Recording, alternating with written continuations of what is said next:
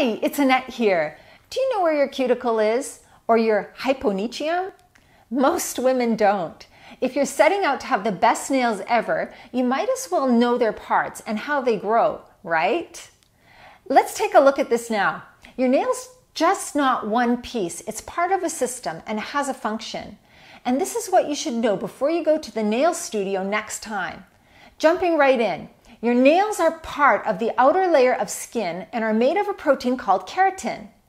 The part of your nails that gets painted is called the nail plate.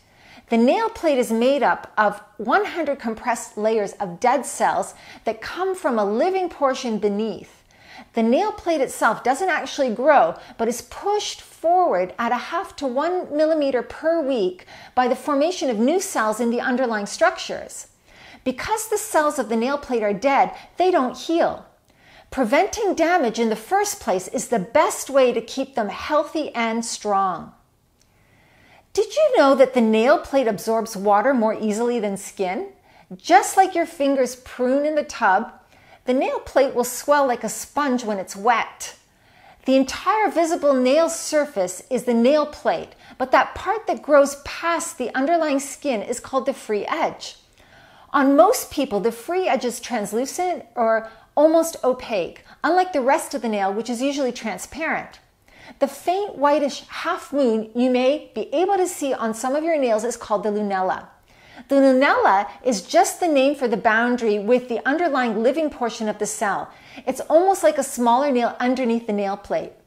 Moving on, from the visible nail structure to the skin around the nail, this skin's purpose is to prevent pathogens from infecting the nail bed. We come to the cuticle first. As your nails move forward, a thin layer of skin called the cuticle moves with them. It's as dead as the nail plate it's attached to.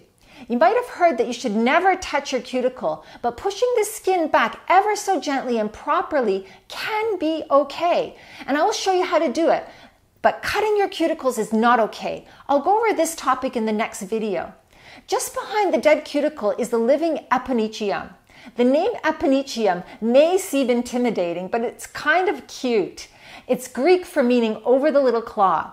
The eponychium can have a hard surface, but there's a living skin just below it. This is why I'm completely against cutting cuticles. It's easy to mistake the dead cuticle for the live eponychium and risk infection or even permanent damage. All I do to this part is moisturize and massage. The proximal fold of the eponychium is a tight band of living tissue that most people incorrectly think is their cuticle. This skin dries out easily and people are quick to clip the skin thinking that they don't need it. Don't cut the skin. It's your guardian shield that prevents germs and bacteria from getting into the nail matrix where new cells are created. If you go to the salon for a manicure, don't let them touch the skin.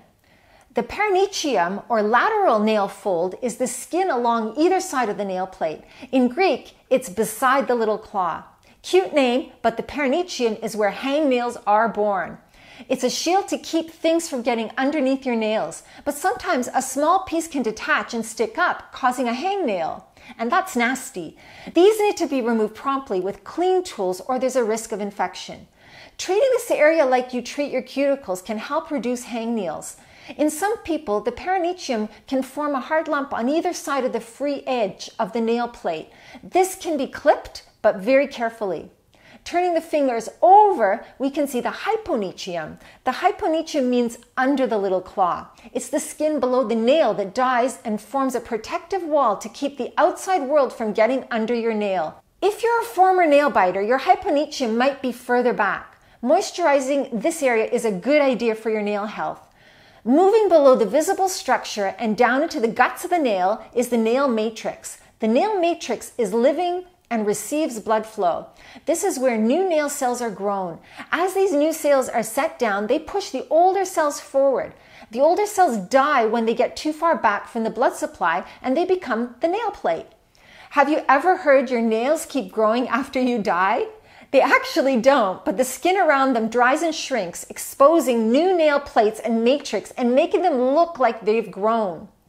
Under the rest of the nail plate is the nail bed. If you've ever gotten a cut or blood blister under your nail, you know how alive the nail bed is.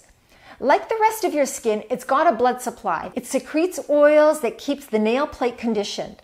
Healthy nails are strong, smooth, and pink, which indicates a good blood supply. Blood flow is essential for nail health and growth, as this is how your nails get their key nutrients. When you're healthy, your nails can look beautiful naturally. Your fingernails can actually temporarily stop growing when there's an injury preventing them from getting blood supply. Smoking can also block the flow of oxygen to your fingernails, leaving them discolored. Whenever you put chemicals on your nails or do something to weaken them or thin them, remember they have an incredible function of protection alongside the beauty aspect, and this should never be taken for granted. There you have it, the incredible parts of your nails that all work together to protect the nerve endings of your fingers and toes and prevent infections from happening. The next time you go to the nail salon, I hope this helps empower you to make a better decision about your nails. That's all for now. See you in the next video.